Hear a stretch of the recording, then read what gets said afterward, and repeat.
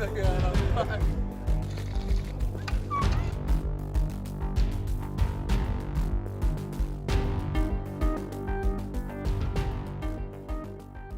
Instagram story post ಗಳನ್ನ ನೋಡಿದ್ರು all eyes on Rafah, all eyes on Rafah ಅನ್ನೋದೇ ಕಾಣಿಸ್ತಿದೆ. ಎಲ್ಲಾ ಬಾಲಿವುಡ್ ಆಕ್ಟರ್ಸ್ ಮತ್ತು ಸ್ಟಾರ್ಸ್ ಗಳ ಇನ್ಸ್ಟಾ ಸ್ಟೋರಿನಲ್ಲಿ ಇದೇ ತುಂಬಿಕೊಂಡಿದೆ. ಏನಪ್ಪಾ ಇದು ಆಲ್ ಐಸ್ ಆನ್ ರಫಾ ಅಂತ ನೋಡಿದ್ರೆ, ರಫಾ ಅನ್ನೋದು ಗಾಜಾ ಪಟ್ಟಿಯ ಸೌತ್ ನಲ್ಲಿರೋ ಒಂದು ಜಾಗ.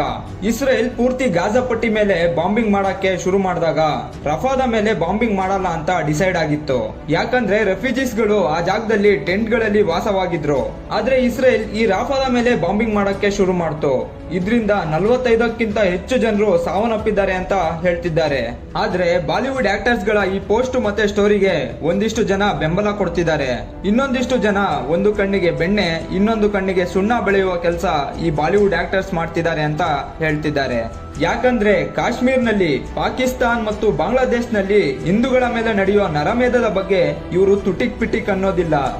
ಇದೆಂತಹ ನ್ಯಾಯ ಅಂತ ಒಂದಿಷ್ಟು ಜನ ಕೇಳ್ತಿದ್ದಾರೆ.